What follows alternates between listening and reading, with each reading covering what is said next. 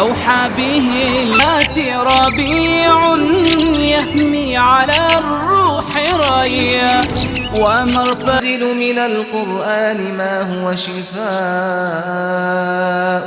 ورحمة للمؤمنين ولا يزيد الظالمين إلا خسارا. و از قرآن آنچه را که شفا و رحمتی برای مؤمنان است نازل می کنیم، ولی بر ستمگران چیزی جز زیان نمی افزاید.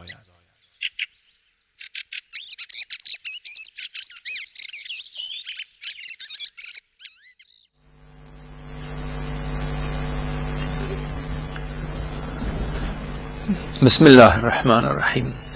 الحمد لله وكفى وسلام على عباده الذين اصطفى. رب اشرح لي صدري ويسر لي أمري واحلل عقدة من لساني يفقه قولي. خواهر برادر عزیز و ارجمند، السلام علیکم و رحمت الله و برکاته. باز هم سپاس و شکران خدای را که به ما شما فرصت عنایت فرمود و لحظاتی را در اختیار ما گذاشت که با هم به بحث و مذاکره بنشینیم. این برنامه هم در رابطه با نماز هست. نمازی که هر قدر سرش حرف بزنیم هنوزم پایان نمی‌یابد. نمازی که در رأس عبادات ما قرار دارد. نمازی که اگر نزد الله قبول شود ما نجات پیدا کردیم.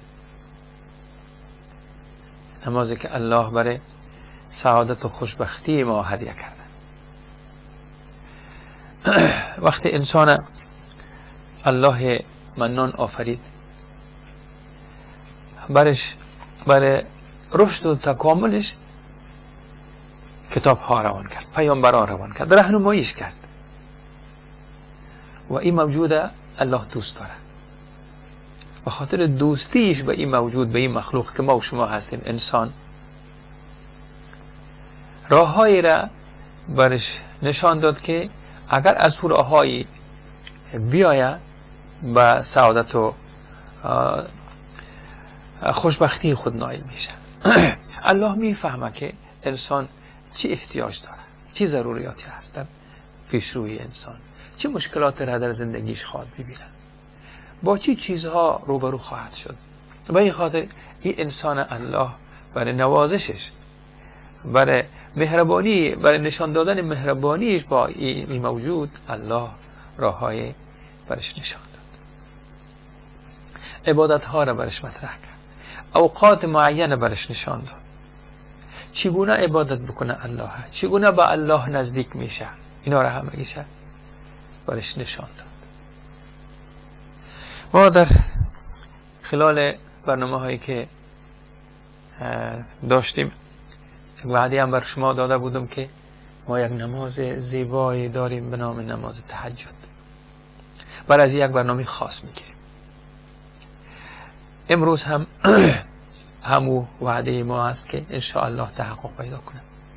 ولی هر چقدر کوشش کردم که در هم یک برنامه ای رو فشرده بسازم، اما همون رقمی که این نماز بعد از فرائض بهترین نمازها هست، نمیتونم که با این گفتار قصیر و معیوب خودم حق این نماز ادا کنم، برای گفتنش، حتی برای تعریف این نماز، برای بیان ارزش های این نماز، برای بیان فضائل این نماز. این زبان کوتاهی میکنه، وقت ما کوتاهی میکنه. با وجودی کوشش میکنیم در یک چوکات مختصرا و شما عزیزا چرا ما نماز قدر دنبالش گرفتیم. و من در هر برنامه ای را ذکر میکنم که ما یک نسل کار داریم که از این بدبختی ها نجات پیدا بکنیم، یک نسل نمازخوان، یک نسل که حق نماز ادا بکنه. این نماز است که دست ما و شما را میگیره از این بدبختی ها میکشانه به طرف سعادت و خوشبختی ما. امروز که حال ما عیان است، حاجت به بیان نیست.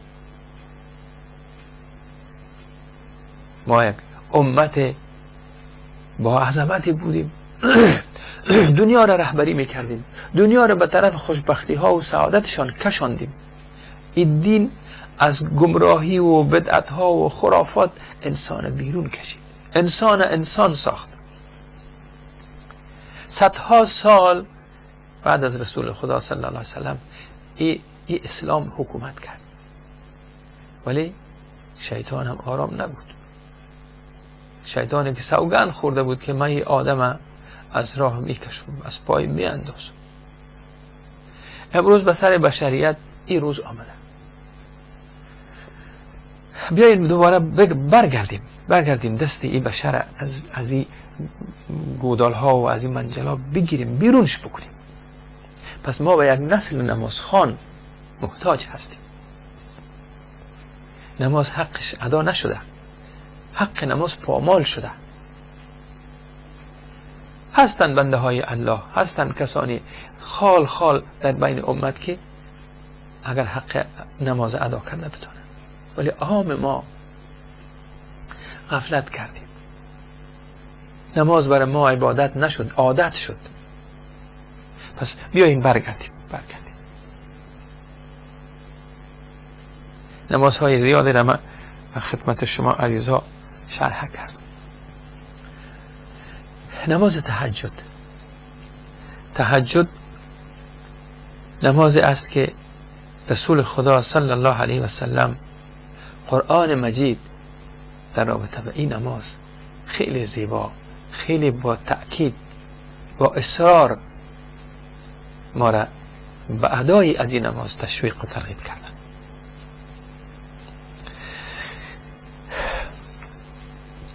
وقتی ما میبینیم که این نماز نه تنها یک عبادتی که ما را در روز قیامت و بهشت و مراتب بلند بشری، بلند انسانیت میکشانه، در همین دنیا هم ما را به طرف سعادت و خوشبختی ما میبره.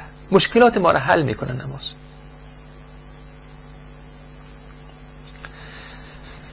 ما در این چند لحظه کوتاه در پرتو آیات، در پرتو احادیث مبارک، در پرتو تجارب علما یک چیزهای انشاءالله خدمت شما عزیزها عرض میکنم. معنای لغوی تهجد یک کلمه عربی هست. این بعض وقت خوابیدن است، بعض وقت هم از خواب بیدار شدن است. دو معنای متضاد با هم دارد. خود تهجد مصدر است، مشتقاتی که از این کلمه گرفته میشه و همون معنا خلاصش همین است. و در اصطلاح با یک کلمه‌ای که صلات یا نماز است مفهومش ادا میشه که ما اگر تهجد میگیم معنای گپ ما نماز تهجد است. و این نماز نامهای مختلف داره. صلات اللیل یا نماز شب، یا شب بیداری، قیام اللیل، نماز نفل شبانه، نماز سحری، نماز پیامبران و همین رقم نماز پاکان، نماز کروبیان، نامهای مختلف داره. و طبعا دو نامش که خیلی زیاد معروف است، قیام اللیل است یا نماز شب، یا ای که شب بیداری. ولیکن ما وقتی که از اعمال و طریقی که پیامبر عزیز ما، صحابه کرامشان، یک عده زیادی از علما وقتی این نماز میخوانند، ما میبینیم که این نماز تنها نافلی که شب باشه، شب که از شام یا از نماز مغرب وقتی شب آغاز میشه تا طلوع فجر، ما هر رقم نوافل میتونیم به نام قیام اللیل بخوانیم. ولی وقتی تهجد گفتیم، در عمل پیامبر علیه السلام و صحابه کرامشان و نزد علما، بعض اکثر علما همین است که یک قسمت از شب باید خواب شوند و بعد بیدار شوند پیش از طلوع آفتاب، پیش از طلوع فجر، پیش از اذان فجر. در همین مدت این نماز که وقت خوانده میشه این تهجد است. به این ترتیب ما در کتاب‌های که در این رابطه نوشته میشه یا از آیات و احادیثی که میبینیم، این نماز شب است که بعد از خواب شدن، بعد از نماز عشا، نماز خفتن وقتی که خواندیم، شب وقتی استراحت کردیم و به یک قسمت از سحر بگوییم، مثل که برای رمضان شریف سحری بیدار میشدیم، یک لقمه نان نوشجان میکردیم پیش از اذان صبح یا اذان فجر، همین سحر است.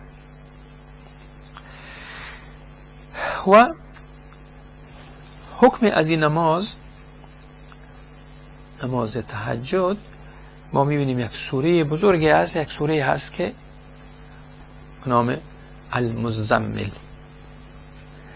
در این سوره پیامبر خدا را، پیامبر عزیز ما را الله منان به این شکل متوجه میکنه که در این ماه حتی حکم نماز تهجد دریافت میکنیم یا علما و قول عایشه رضی الله عنها که استدلال میکنن از همین آیت مبارکه میخوانم یک قسمت از زیره. اعوذ بالله بسم الله الرحمن الرحیم یا ایها المزمل قم الليل الا قلیلا نصفه او انقص منه قلیلا او زد علیه ورتل القرآن ترتیلا.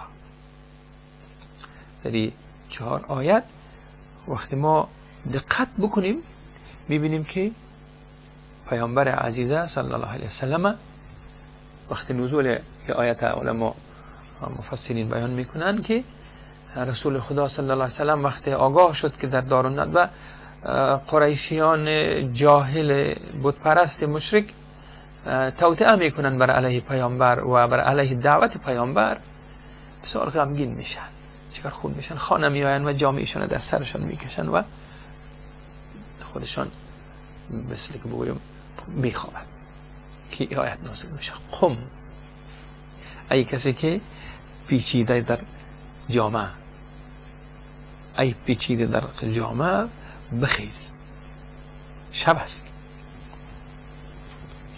در اینجا مقدار از این فرصتی که برای نماز هست نصف شب است یا یک کمی از شب است یا زیادتر از او هست که در اینجا از نماز و از قرآن، از ذکر الله یاد میشن.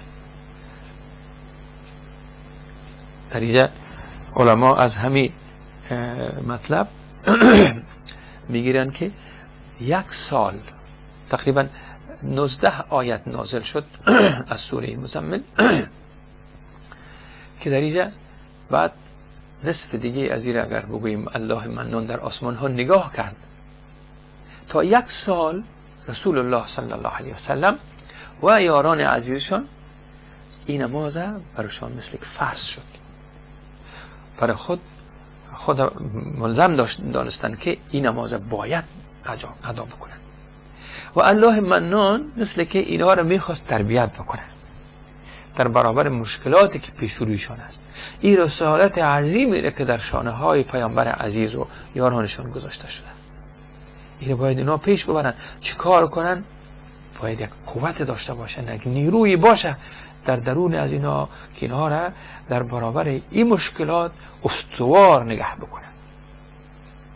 بناهن الله منان 1 سال رسول خود را صلی الله علیه وسلم با یارانشان و این نماز وادار میکنن، اینا میخیزن و نماز شب و یا نماز تهجد میخوانن. بعد از او که باز 1 سال بعد آیت های دیگه میآید که باز انشاءالله بیشتر از اونا میاییم، تخفیف پیدا میکنن. این نماز مثل که بگوییم تهجد مدت 1 سال فرض شد. رسول اکرم صلی الله علیه وسلم و صحابه این نماز میخواند و رسول خدا وقتی صلی الله علیه و سلم پرسان کردن که بهترین نمازها در نوافل طبعا پرسان میکردن که کدام هست، رسول خدا صلی الله علیه و سلم در روایت میگه که در صحیح مسلم است که گفتن بهترین عمل قیام طولانی در حضور پروردگار در نماز است. ما در نمازهای روز هم که میخوانیم در جماعت، اگر نمازهای فرضی هست میخوانیم، میبینیم که اگر در جماعت است امام توجه میکنه به مقتدیای خودش که کسای ناتوان، مریض، پیر اینا باشن زیاد طولانی نمیتونه کردن. پس این نماز که مقبول است، بهترین عمل است در نزد الله، قیام طولانی. در قیام تنها استاد که نمیشیم، ما شما قرآن میخوانیم، تلاوت کردن طولانی در قیام در نماز در حضور پروردگار. سبحان الله. و گفتن که بهترین نماز بعد از فرایض همین نماز تهجد است. جای دیگه هم آمد در ترمذی میگه که رسول خدا صلی الله علیه و سلم میگه که نماز شب را بر خود لازم بگیرید که شیوه نیکان قبل از شما هست. امتهای قبلی هم،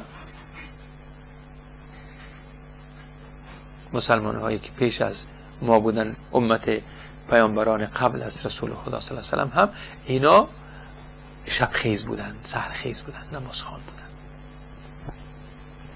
چند رکعت میخواندن، چی گونه میخواندن، اونا رو ما نمیفهمیم. به هر ترتیب وقتی انسان که خدا پرست است، خدا را دوست داره، به خدا میخواه نزدیک شود، پس این سفارش ها را در نظرش میگیره. روز وقتی میبینیم شما مشغول کار، کسب و کار خود ما هستیم، شب است که برای دعا و نیایش و راز و نیاز با الله فرصت پیدا میکنیم. شب تنها بر خواب نباشه، شبی که کلگی خواب هستند، آرامش است، سکونت است، اطمینان حاصل میشه، قلب انسان آرام است. یک بار شما از بستر نرم و گرمتان بلند میشی،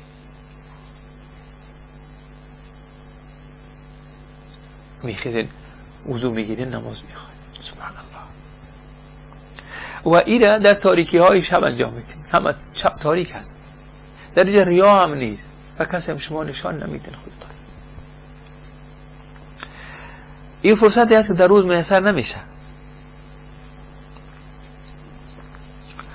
به این خاطر است که وقتی این انسان های شب زنده دار در تاریکی در دل شب بیدار میشن، اینا را تشبیه به مهتاب میکنن.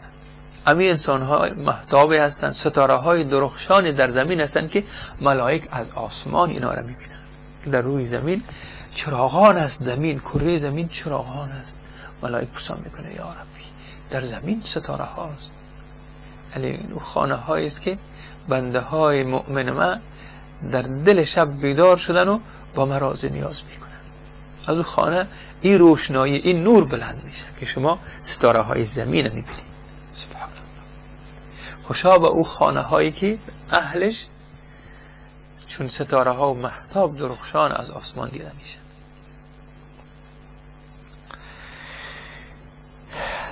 در این خلوت، در این تاریکی، پروردگار این انسان ها را مورد لطف و مهربانی خودش قرار میده.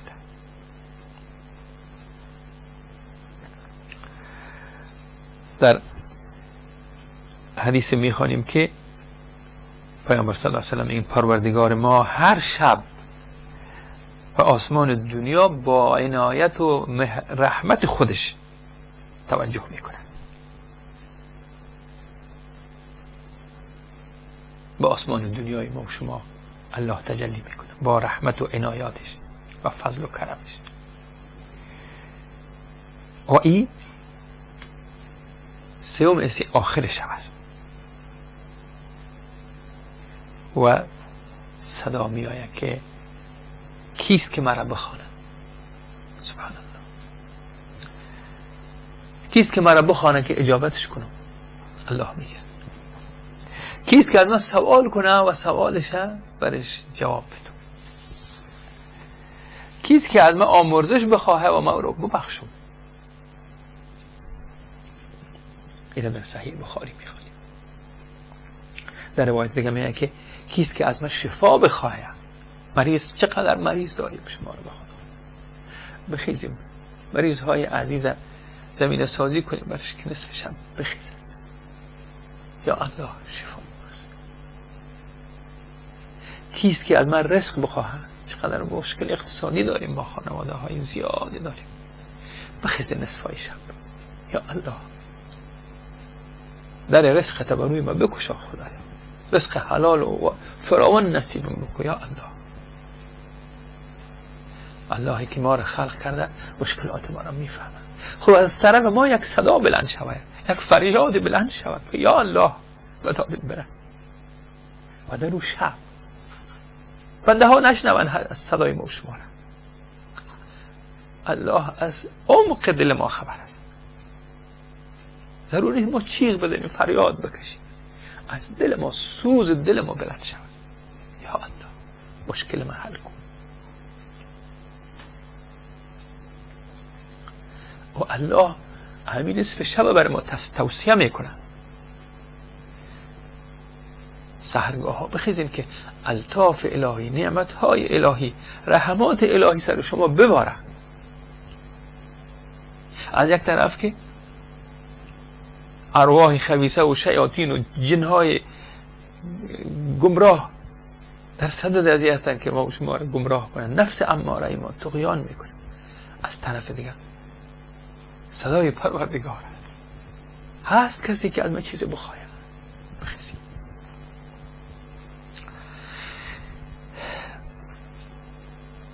در سوره در آیت 6 سوره همین مزمل که پیشتر تلاوت کردم باز یک آیت مبارک است که اعوذ بالله ان ناشئة اللیل هی اشد وطئا و اقوم قیلا.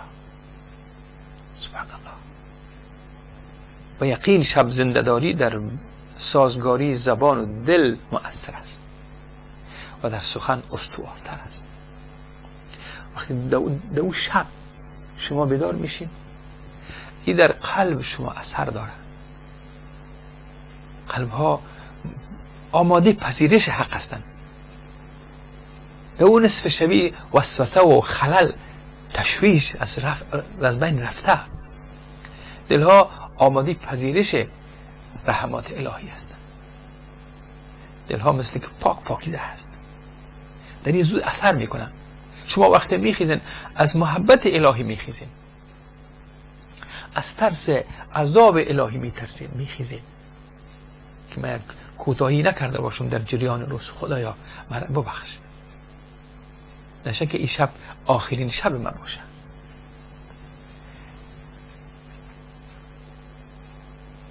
و تقرب الهی میل دارین، میخیزین. خدایا بگی در آغوش محبت تنها هست، بیچاره هست و او طرف بیم دارین، تشویش دارین که نباشه که من خطایی کرده باشم، اشتباهی کرده باشم، تقصیری کرده باشم در بندگی خودم، الله ناراض نشده باشه. یا الله مرا ببخش. که او را الله در حفظ و امان خود نگاه کنه. در سوره فرقان میخوانیم والذین یبیتون لربهم سجدا و قیاما. سبحان الله. این در توصیف عباد الرحمن است و کسانی که شب را برای پروردگارشان سجده کنان و قیام کنان میگذرانند. شب را حال فرض نیست برای ما شما، اما قلب ما میخواید. تمام سلول بدن محتاج به الله هست. اینا عباد الرحمن هستند، او بنده های رحمان هستند. در صفت عباد الله نگفت الله، عباد الرحمن میگه. خدای بی نهایت مهربان، بنده هایش میخیزن. شب هنگام میخیزن، بعد ایستاده هستن، بعد سجده هستن، الله ذکر میکنن. در سوره سجده میخوانیم اعوذ بالله تتجافى جنوبهم عن المضاجع يدعون ربهم خوفا و طمعا. سبحان الله. پهلوهایشان از بسترها جدا میشن، میخیزن، خواب بسیار سنگین روز زله شدن، تکت تکه هست، از سر کار آمدن، جنجال‌های فکری داشته، آزارش دادن، اذیت شده و از اقتصاد خوب نبوده، کارش روز نچلیده، در اداره با هم درگیر شدن، حال آمده که کم راحت بخوابه. یک بار یادش میاد که نصف شب هست، الله در آسمان دنیا تجلی کرده، ما باید بخیزم. سخت است این کار، آسان نیست، در حالی که شما تکت تکه هستید، ضرورت به یک 2-3 ساعت 4 ساعت زیاد به استراحت ضرورت دارید، ولی میخیزید.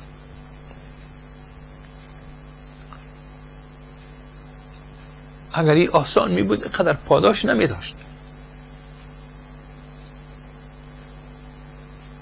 جاهایی میگه که اگر شما خوب وضو کردین 2 رکعت نماز خواندی، شما را الله اگر نمازتان قبول کرد راهی جنت میشی. همینطور نماز در اینطور یک وقت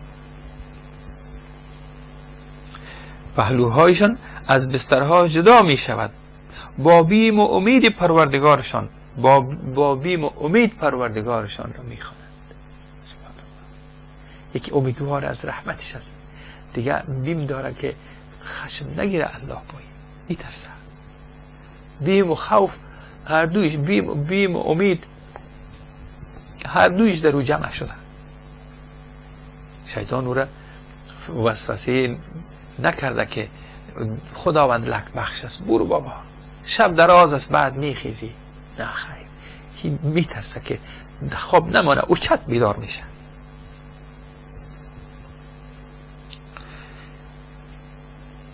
در سوره زمر میخوانیم که اعوذ بالله امن هو قانت آناء اللیل ساجدا او قائما.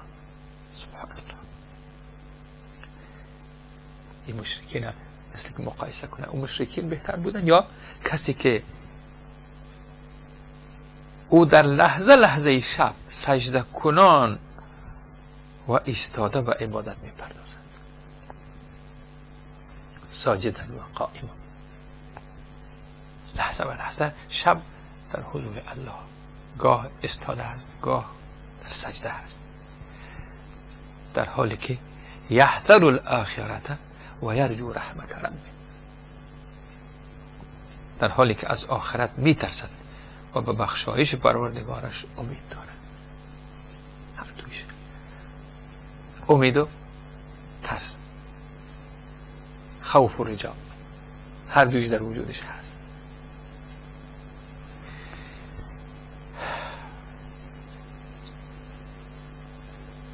ما آیت های دیگی که 1 سال بعد می آید، رسول الله صلی الله علیه وسلم آموخته شدن، صحابه را آموخته کردن که نصف شب بیدار شوند.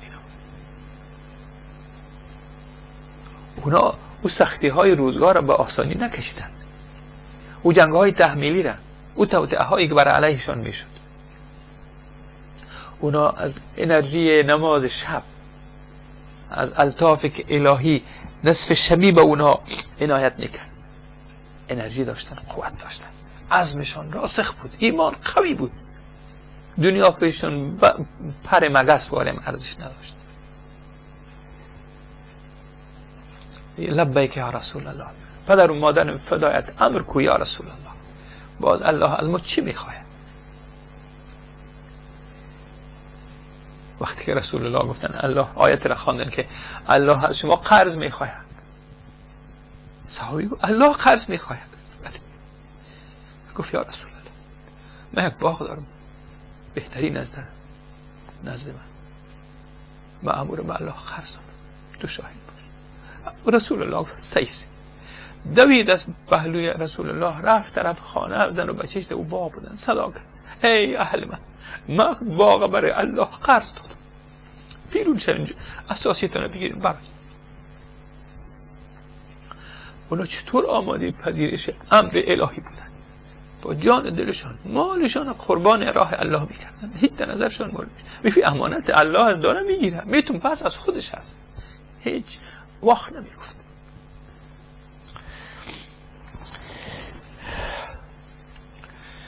میریم به یک بیان برنامه عزیزای من، بعد انشالله برمیگردیم. السلام علیکم و رحمت الله و برکاته.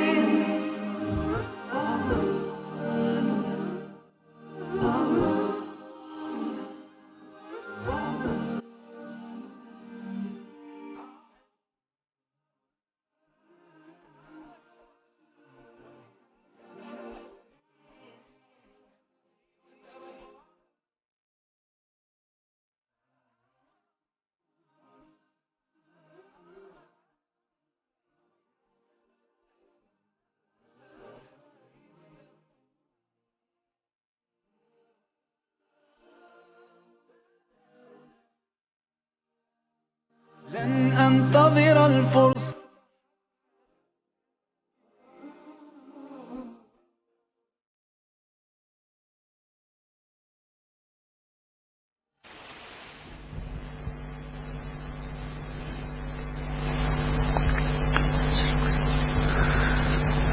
بسم الله الرحمن الرحیم. خواهر و برادر عزیز،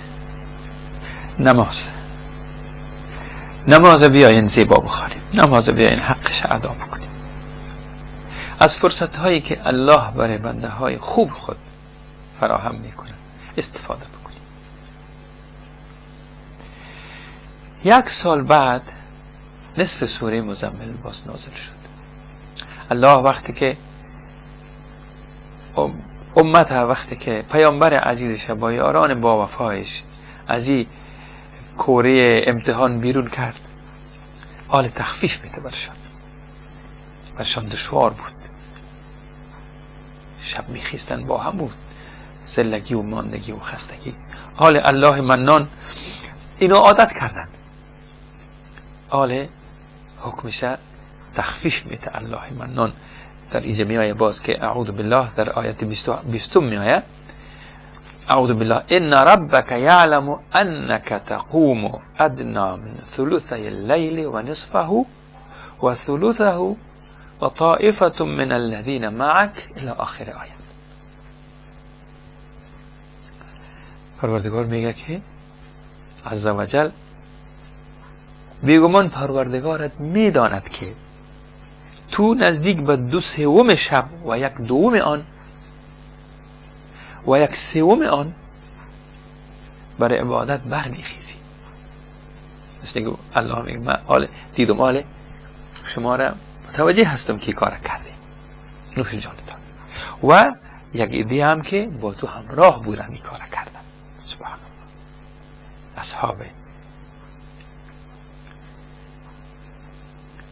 مبارکه رسول خدا رضوان الله علیهم اجمعین، اینا یک جا با پیامبرشان این وظیفه بزرگ انجام دادن، کامیاب شدن. حال الله تخفیف میده برشان. دیدم ولی بعد از این است که اینا تخفیف پیدا میکنه. باز در یک آیت دیگی در سوره اسراء میخوانیم که آیت 79 است اعوذ بالله و من اللیل فتهجد به نافلة لك عسى ان یبعثك ربك مقاما محمودا. سبحان الله. در ترجمهش میگه که و بگو ای پروردگار من، نه ببخشید، و پاره از شب بیدار باش. سابق زیاد میخواستن نصف شب، ثلث شب، ثلث آخر شب زیاد کن یا کم کن. حال دریجه و پاره از شب بیدار باش، پس نماز تهجد بخوان که برای تو افزون بر دیگران است.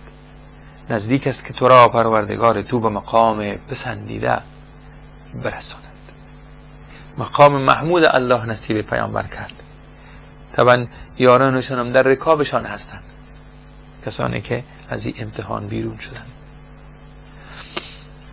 و در سوره ذاریات میخوانیم که آیت 17 و 18 اعوذ بالله کانوا قلیلا من اللیل ما یهجعون و بالاسحار هم یستغفرون. اینا کسایی هستند که مقام محسن گرفتن. هر کسی که کار میکنه در مقام محسنین داخل میشه. محسنین کیا هستند؟ کسانی هستند که الله چنان عبادت میکنند که گویا الله میبینند، در حالی که نمیبینند الله اونها را میبینند. سبحان الله. زیر نظر الله عبادت الله میکنند. در اینجا میآید که همونا محسنین که اندکی از شب میخوابیدند و آنان به هنگام سحر آمرزش میخواستند. کم میخوابیدند و سحرگاهان طلب استغفار میکردند. خدا اینطور حالت و نصیب ما و شما کنه. خواهر برادر عزیزی، در آل عمران میگه که اعوذ بالله الصابرین والصادقین والقانتین والمنفقین والمستغفرین بالاسحار. سبحان الله. اینا کیا هستن؟ شکیبایان، کسانی که صبر میکنن، صابران، راستگویان، فرمانبرداران و بخشندگان و آمرزش خواهان در سحر، در سحرگاه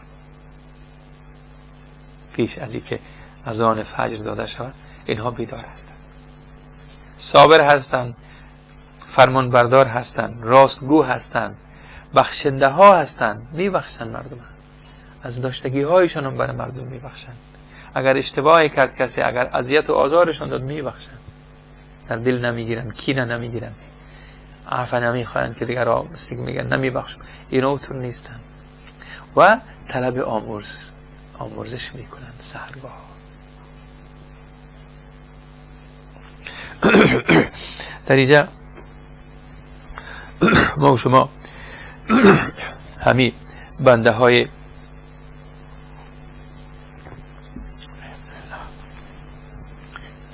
سحرخیز الله شدیم. قرآن چقدر تمجید و تعریف کرد، جایی هم گفت که کار بکنیم، تشویق کرد، ترغیب کرد. چه وعده هایی داد اللهی که ما را خلق کرد و ما را به خودش میخواه نزدیک کنه. ما را دوست داره الله. رسول خدا صلی الله علیه وسلم هم مطالبه در تشویق و ترغیب نمازگزاران تهجد بیان کردن. در او جایی که تاکید میکنن نماز شب را بر خود لازم بگیرید، باید این کار کنید. مثل که میگن شما این وظیفه برای خودتان بسازید، عادت بتین خودتان که شب بخیزید. عادت به شب خیزی، نه عادت به نماز. نماز ما عادت نباشه، نماز ما عبادت باشه. چند شب وقتی منظم خیستیم باز هر شب میخیزیم. در اینجا مواظبت کنین میگه بر نمازهای شبتان، چرا این شیوه و روش نیکان قبل از شما بودن. سبحان الله. اگر میخواین در جمله بنده های نیک و صالح الله قرار بگیریم، همین شیوه ما باشه، شب خیز شویم.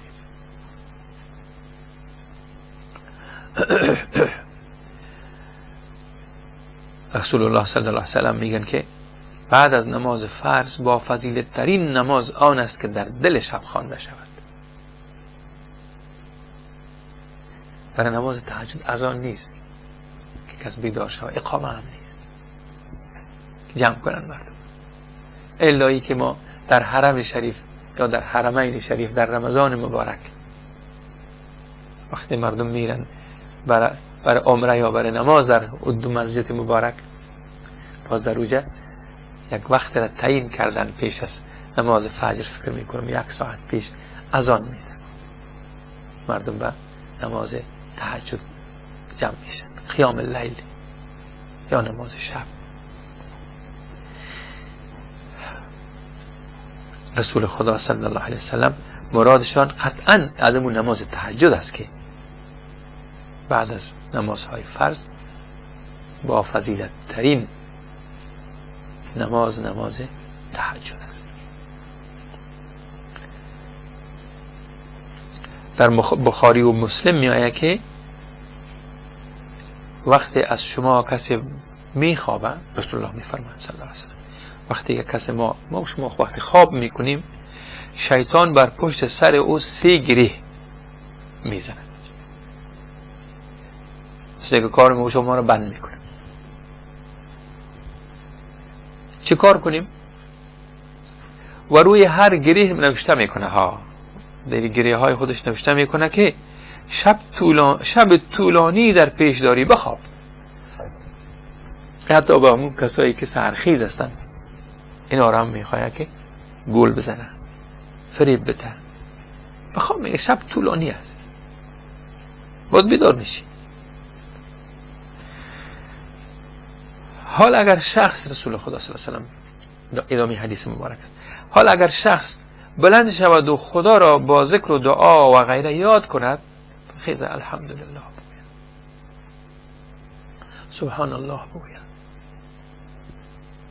الحمدلله رب العالمین، خدا تشکر میکنم خیستم بیدار شدم، شکر جور هستم. اگر همین گپا رو بزنه وقتی بیدار شد، یک گره باز میشه.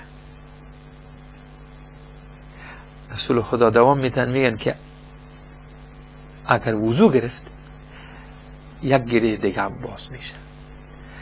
وقتی نماز بخواند، تمام گره ها باز میشه. شیطان ناامید شده دیگه بازی دادن نمیتونه این شخص. گریه کرده بود بالی سرش، گفته بود شب طولانی است قرار بخواب. اما بیدار شد، در زبان خودش یاد کرد الله، یک گریه واس شد، رفت وضو گرفت، نه گفت آل دیگه من میخیزم. ما آگاه شویم. حالا ما این حدیث وقتی میفهمیم خواندیم، آها شیطان دست برداشتنی نیست از ما. حتی شبم میخواد که ما در خواب سپری کنیم و بلند نشیم. حتی بعض وقتا خواب چنان غلبه میکنه که نماز صبح قضا میشه. نعوذ بالله. چه بدبختی خواهد بود که انسان نماز فرضش از پیشش قضا شود، خصوصا باز در خواب بانه. پس وقتی که شیطان همه تو توطئه داره، حالا ما آگاه شویم، بخیزیم، ساعت ما را کوک کنیم، کسی را بگوییم ما را بیدار بکن، بالاخره بیدار شویم. وقتی بیدار شدیم دیگه بعد از ذکر الله که یک گریه باز شد، بریم زود وضو بگیریم، نماز بخوانیم که همه گریه هایی را که شیطان برای ما بسته کرده بود باز شود. سپس ادامه میتن رسول خدا صلی الله علیه و سلم: آن شخص بعد از ادای نماز تهجد در حال نشاط و پاکیزگی نفس صبح میکند. سبحان الله، حال استوار است، پاک و پاکیزه است، در دلش هم هیچ کدورت و کینه نیست در برابر یک کسی، هیچ توطئه هم نمیخواهد داشته باشه. یک شخصیت بی آزار، بخشنده، خیرخواه، خیررسان در اجتماع قدم میمونه صبح. سبحان الله. دوام حدیث چی هست؟ وگرنه اگر این کار نکرد، شیطان که بسته کرده بود، گریه ها را زده بود، 3 گریه زده بود، اگر نخیست، وضو نگرفت، نماز تهجدش هم نخواند، والله اعلم که نماز صبح خواند نخواند، حالا دوام حدیث است که وگرنه با نفس پلید و در حال کاهلی صبح میکند. تکه زلخ دوام، چه رقم به سر کار میره، چه رقم درس میخونه، چه رقم در اجتماع خدمت میکنه، زله اومده، خسته، کفته. این در صحیح بخاری بودی حدیث مبارک.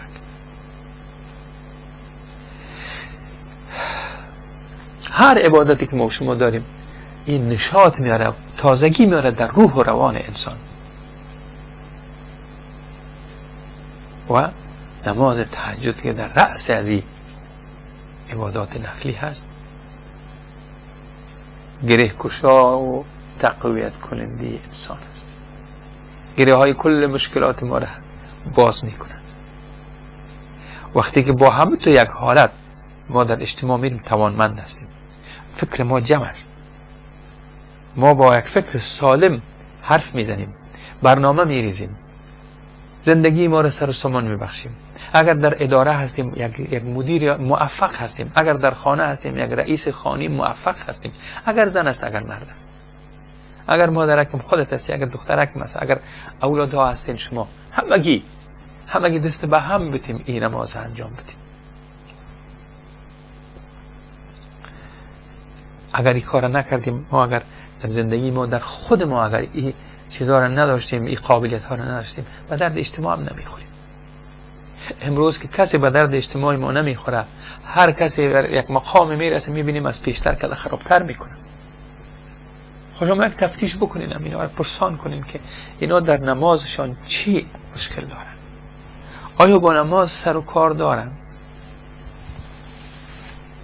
آیا حق نمازشان ادا میکنن، همون رقمی که ما شرح کرده آمدیم نمازه، همون رقم نماز میخوانن که باز اونا به ما خدمت کنن، به اجتماع خدمت کنن، به الله خدمت کنن.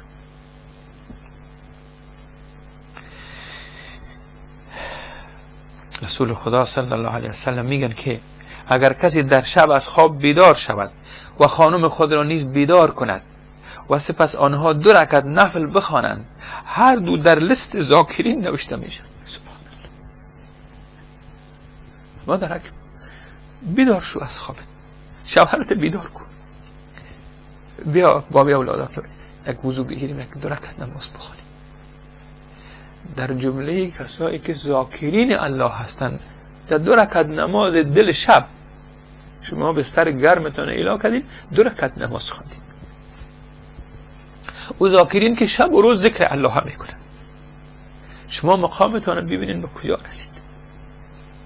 در جمله ذاکرین الله در لستشون نام شما ثبت شد.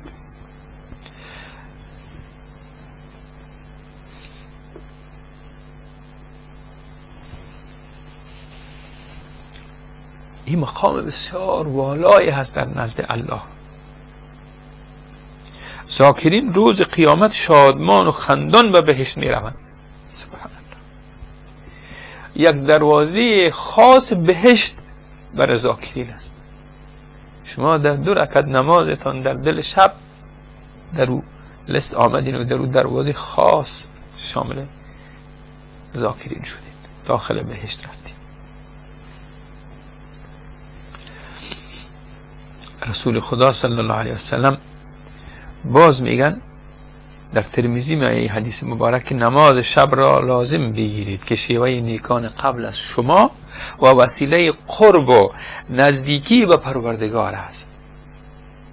یک شیوه از بنده های صالح الله بود، اما نتیجه چی است؟ چرا این کار میکردن؟ که به الله نزدیک شوند. یک وسیله هست که شما را به الله قریب میکنه. و چی کار دیگه میکنه؟ کفاره بدی ها و بازدارنده از گناه هست.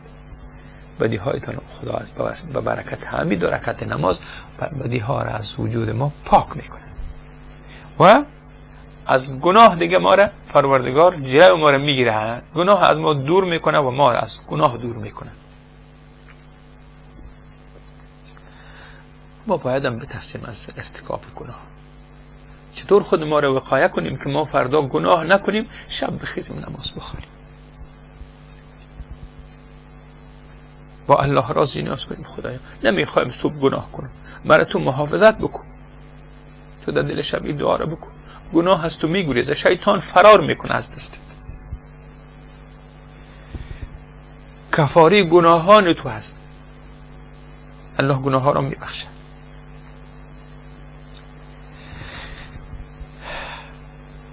پیامبر رحمت صلی الله علیه و سلم چه میگن؟ رحمت خدا بر مرد باد که شب از خواب برمیخیزد، نماز تهجد میخواند، همسرش را بیدار میکند تا او هم نماز بخواند، اگر سستی نشان دهد بر چهرهش آب میپاشد. رحمت خدا به او مرد، به او شوهر که بخیزد نصف شب برای تهجد آمادگی میگیرد، خانم عزیزش بیدار میکنه، خانم جان بخی که 2 رکعت نماز بخونیم. زله و مانده از خانم، آشپزخانه تکت تکش کرده، مهمان داشته شب نمیتونه خیسته، نوازشش میکنه، بخی خانم جان، در رویش یک کم آب پاش میده، بخی 2 تیجی گرم، بخی که نماز بخونیم. دعای پیغمبر میگن رحمت خدا به ایمان. همون رقم بر زن هم تو دعا میکنن رسول خدا صلی الله علیه وسلم، رحمت خدا بر زنی باد که آخر شب بر میخیزد، نماز تهجد میگذارد و شوهرش را بیدار میکند تا نماز بخواند. اگر امتناع ورزید، اگر که نکد کزاند بخوانم جان ایلا بسیار تکت هستم نمیتونم، امروز بسیار زله بودم، بیدار خواب هستم، خوابم نبود، امیال خواب بود، بخی به قربانت سرت شام، بخی از این فضیلت محروم نشو.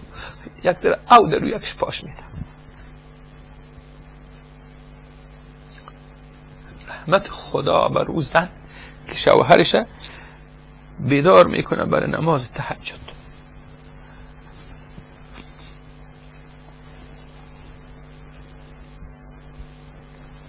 رسول خدا صلی الله علیه و سلم میفرمایند که یک روز میگن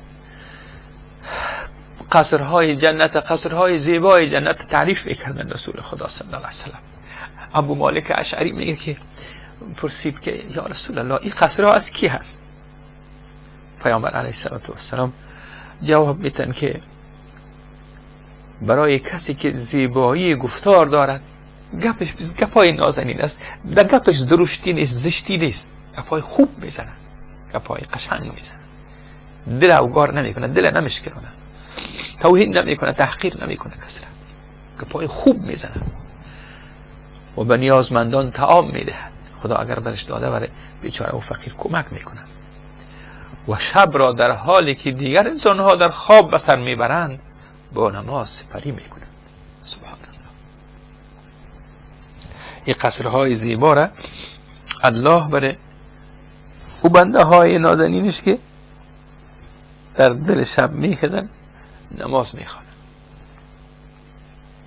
نوش جان از او بنده ها.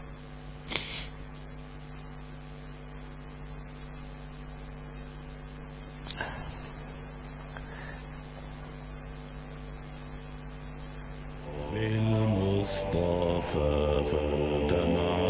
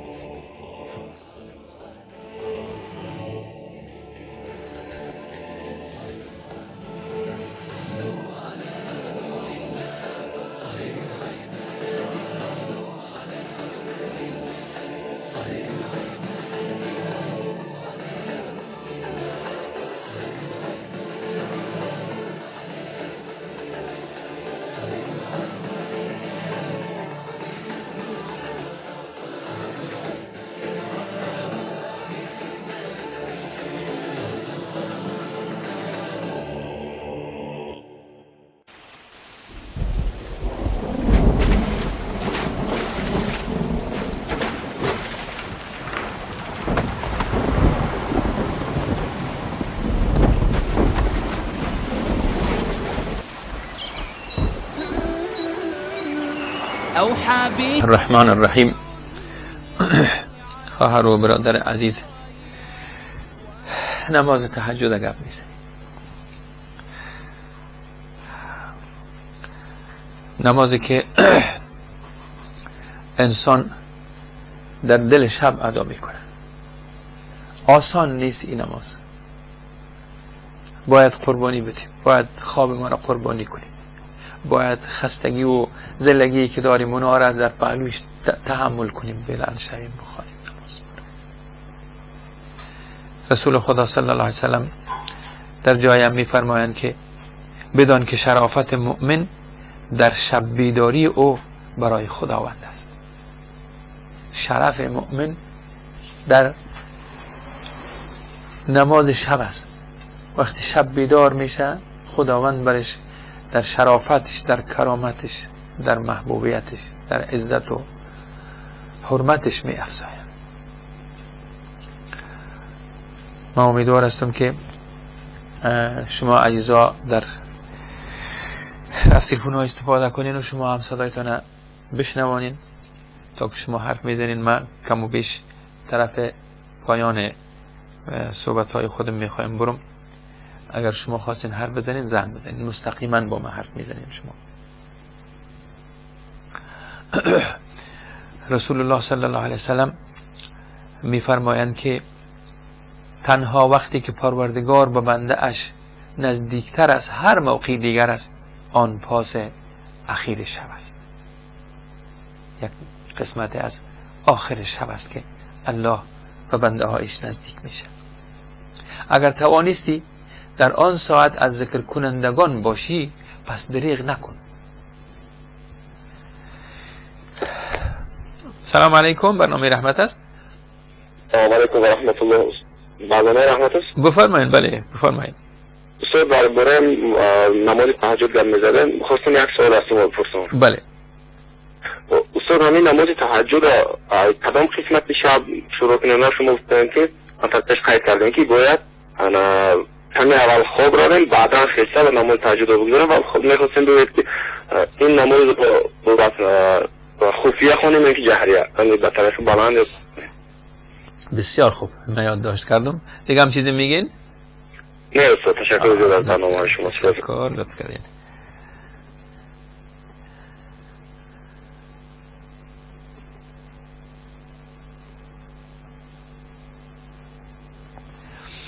بله. رسول الله صلی الله علیه وسلم گفتن که اگر موقع پیدا کردین شما که شب بخیزین باید دریغ نکنین. وقتی بیدار شدین اینمی لحظه تقرب به الله از پیشتان ضایع نشه و فوت نکنه. باید از جمله ذکر کننده ها باشین. برنامه رحمت. السلام علیکم. السلام علیکم. علیکم السلام و رحمت الله و برکاته. بفرمایید. برنامه رحمت است. بله برنامه رحمت است خواهر. استاد می‌بخشید همین نمازی حجت گفته دعاش رو دوای دعاش گفته می‌بخشید. بسیار خوب خواهر، من یادداشت کردم. تشکر از تلفنتان. خداوند شما را در پناهش حفظ بکنه. لطف کردین.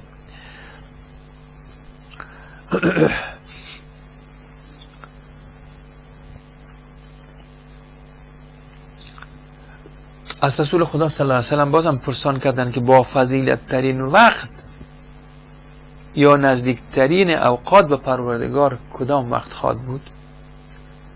پیامبر عزیز صلی الله علیه وسلم گفتن آخر شب. آخر شب یعنی همون ساعتهای نزدیک به نماز فجر. برنامه رحمت. السلام علیکم. السلام علیکم و رحمت الله. علیکم السلام و رحمت الله و برکاته. بفرمایید. بفرمایید، صدایتان نمیشنوم. سلام علیکم و رحمت الله. علیکم السلام و رحمت الله و برکاته. بفرمایید برادر عزیز. شد برای نماز تهجد گپ زدید، یک شب میخیزید، کدام وقت شد دعا کنید که دعا میشه اجابتی دعا یا روز جمعه تگر؟ بسیار خوب، یادداشت کردم. روزای جمعهش بعد میگن وقتی اجابت دعا خدا نخواد باشم بخش شکر دارید. بسیار خوب بسیار خوب، یادداشت کردم. دیگه هم چیزی داشتید؟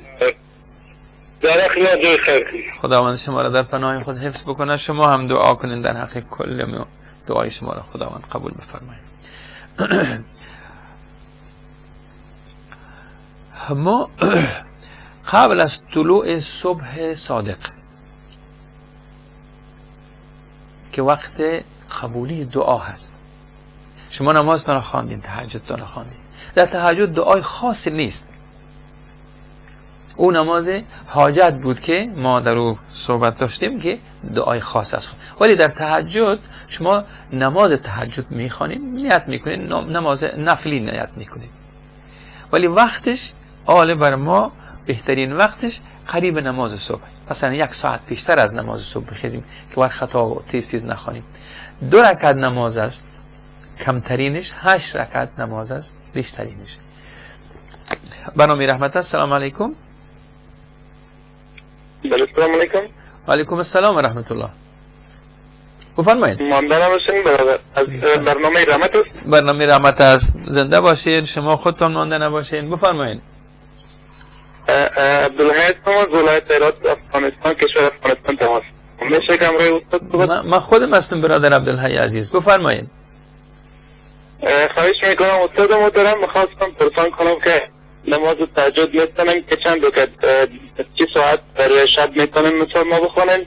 بله. دیگه کدام دعای کدام چی چیز مثلا داخل تهجد میتونم ما بخونیم؟ اگر میشه که شما لطف کنیم برای ما راهنمایی کنیم.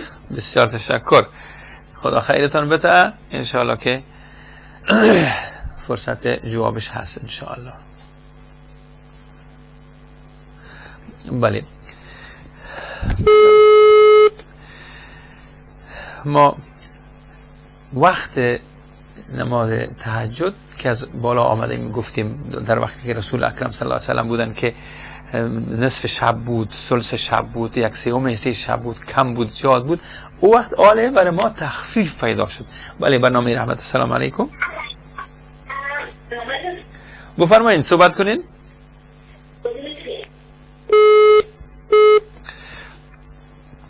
ما در تهجد مثل که رسول خدا صلی الله علیه و سلم گفتن اگر ما فرصت داشته باشیم، وقت داشته باشیم که آیات های زیاد بخوانیم، مثلا طولانی ترین رکعت های ما در نماز باشه که مثل که پیشترم در حدیث شریف گفتیم که رسول الله گفتن مقبول ترین نماز همو است که شما قیامتان طولانی باشه در نماز در حضور پروردگار.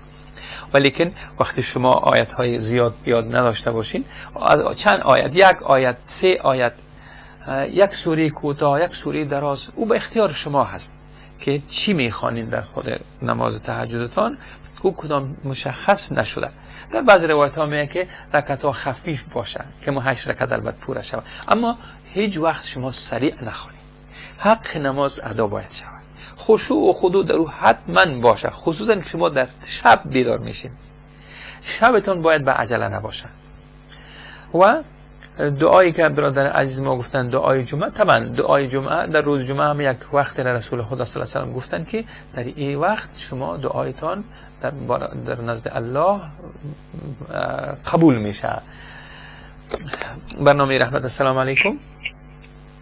سلام علیکم و رحمت الله و برکاته. علیکم السلام و رحمت الله و برکاته. بفرمایید خواهر.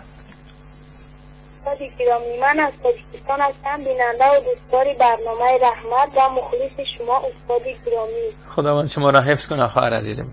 استغفر الله. واقعا ما شما را خواستار الله دوست داریم. همیشه دعاگوی شما و تمام استادان این شبکه است.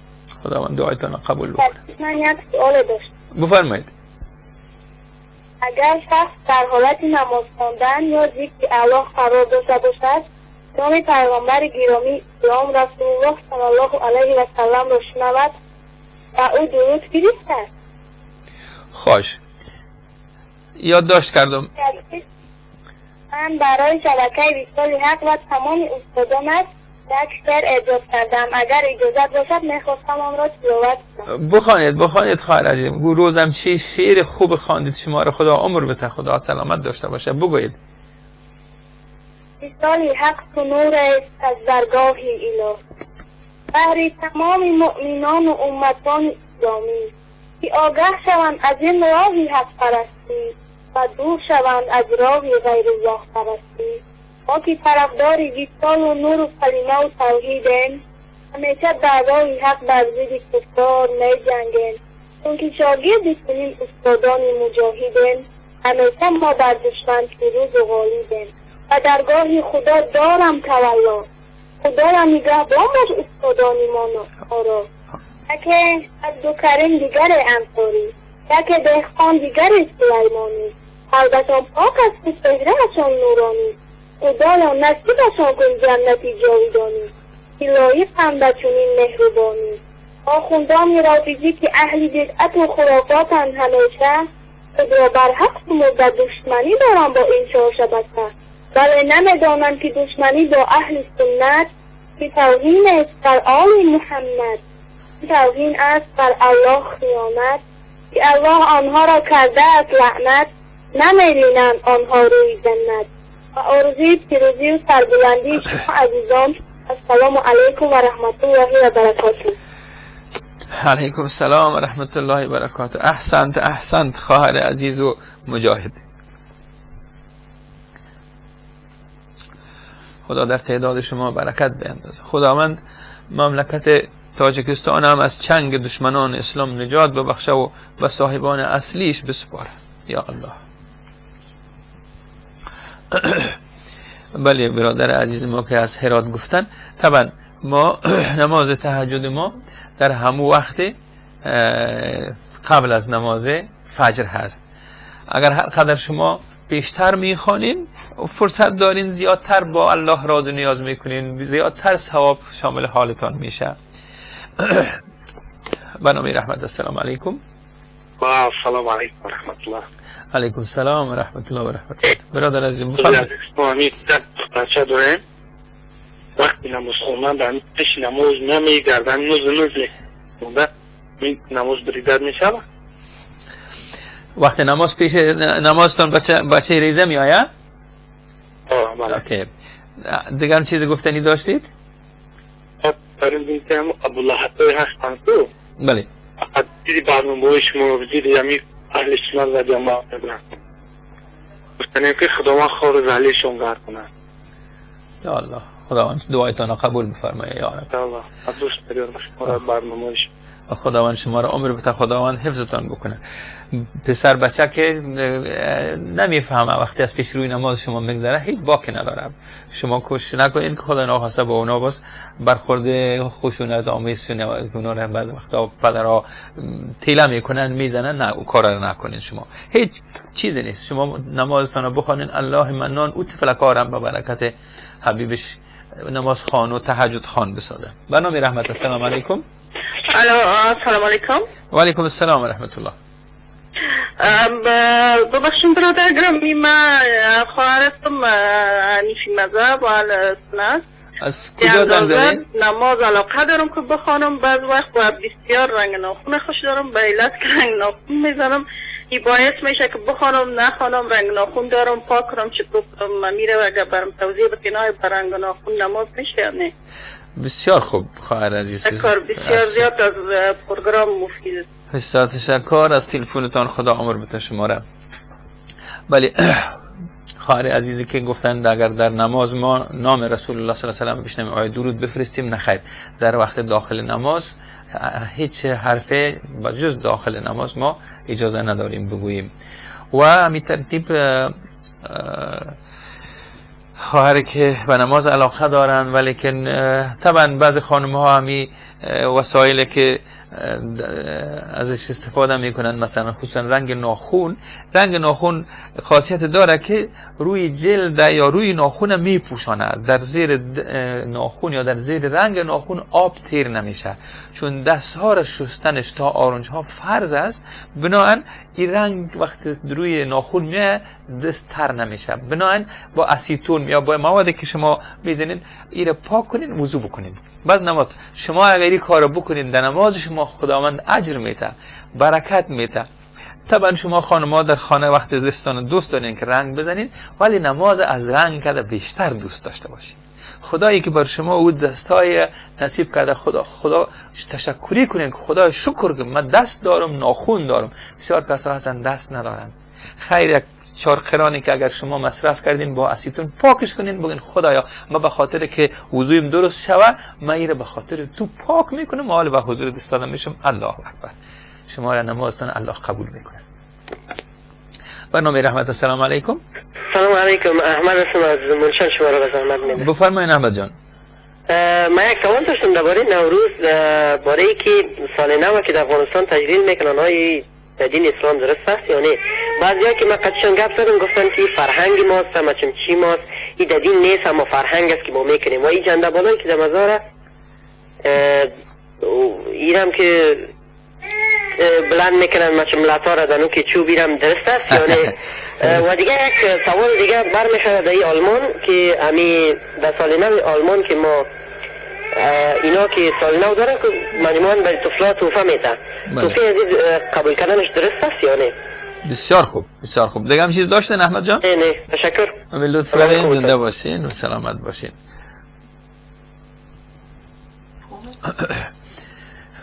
بله برادرای عزیز من، سوالا پشت هم آمده. از سوال آخر اگر بگیریم، گرچه مورد چیز ما نیست، در بحث ما نیست، ولی الحمدلله در این رابطه در تمام شبکه‌های خصوصا تلویزیون‌ها با نفش و با ضدش صحبت‌ها زیاد شده. نوروز ایده هست که ایده غیر از ما هست، مثل که در اینجا شما یاد کردین کریسمس یا وینختن، اینا ایده اینا هست. هر قوم، هر ملت، هر مذهب از خودش جشن دارن، اید دارن، ولی هر ایده که دینی باشه غیر از دین خود ما که اید بر ما گفته، 2 تا اید ما داریم و غیر از او ایدهای دیگر ما نباید تجلیل بکنیم. اید خصوصا ایدهای دینی را. نوروز اید دینی زردشت ها هست.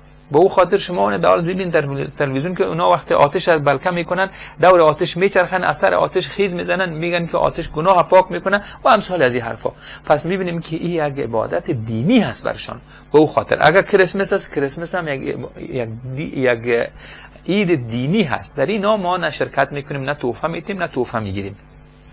خداوند بر ما عید نازنین را که رمضان شریف و قربان هست نصیب کرده که در او اجر ثواب از خوشحالی از همه چیزا هست.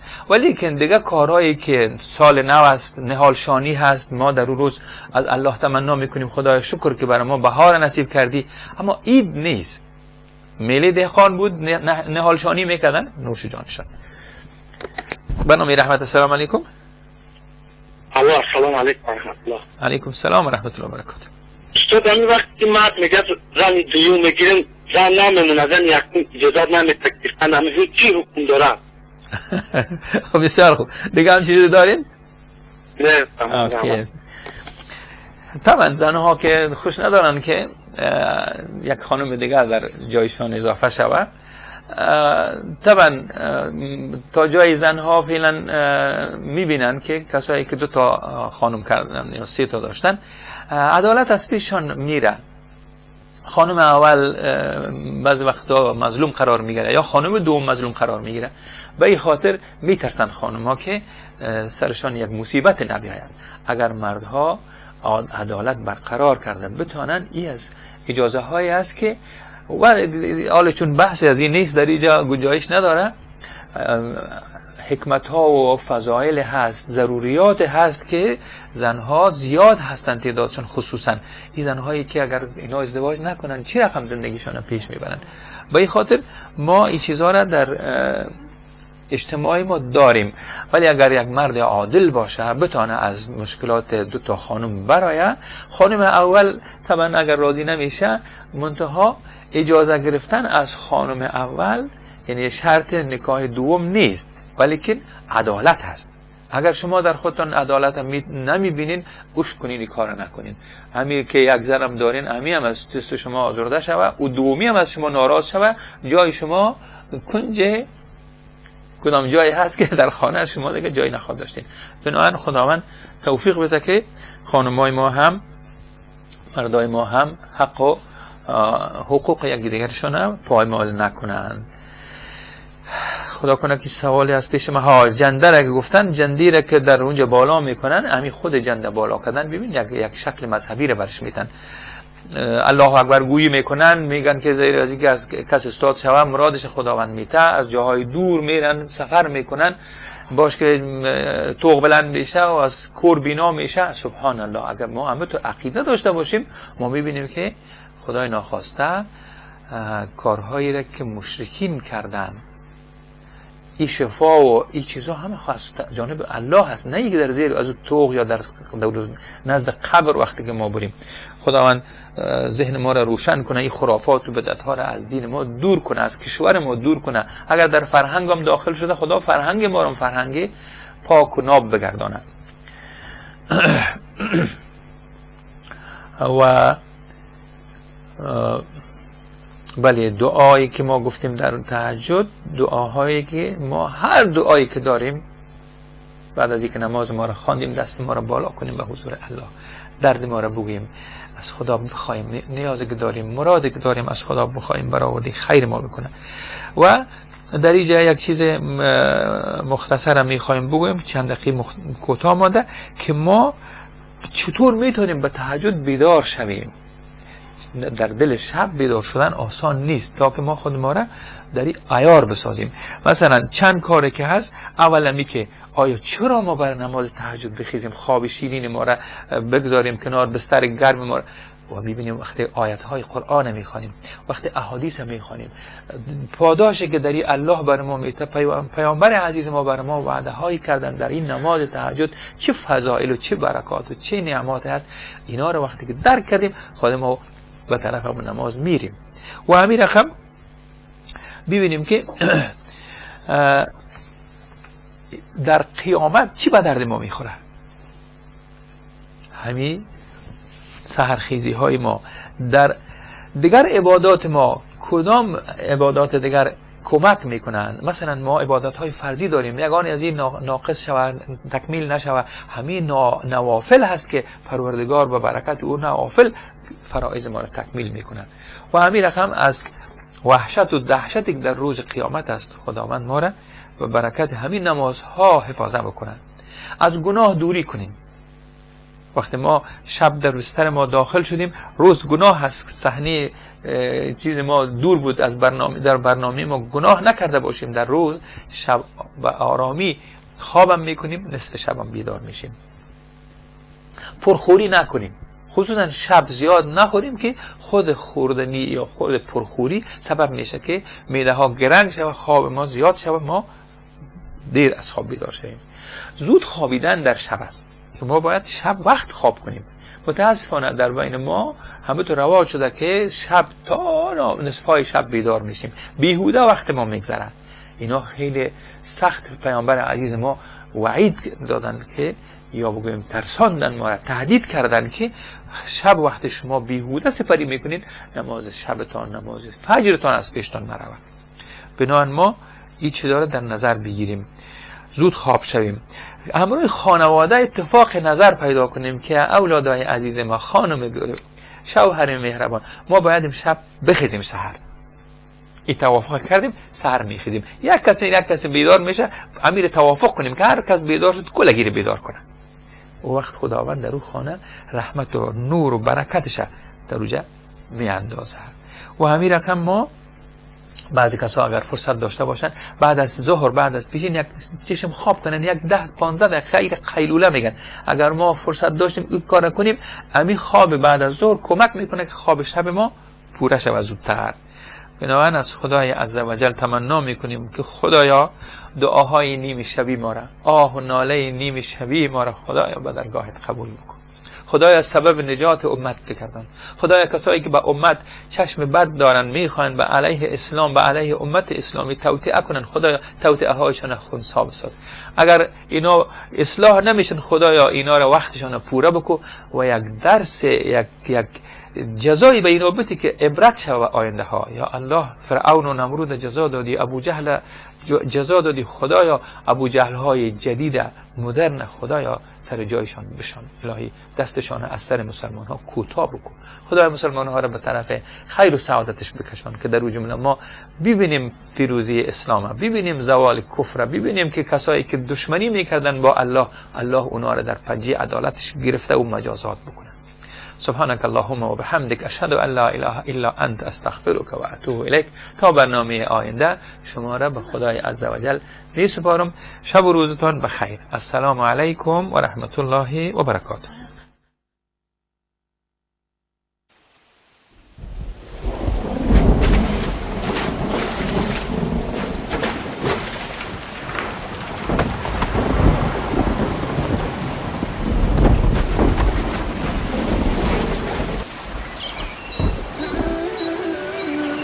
أوحى بياتي ربيع يهمي على الروح ريا ومديا ورحمة للمؤمنين ولا يزيد الظالمين إلا خسارا. و از قرآن آنچه را که شفا و رحمتی برای مؤمنان است نازل می کنیم، ولی بر ستمگران چیزی جز زیان نمی افزاید.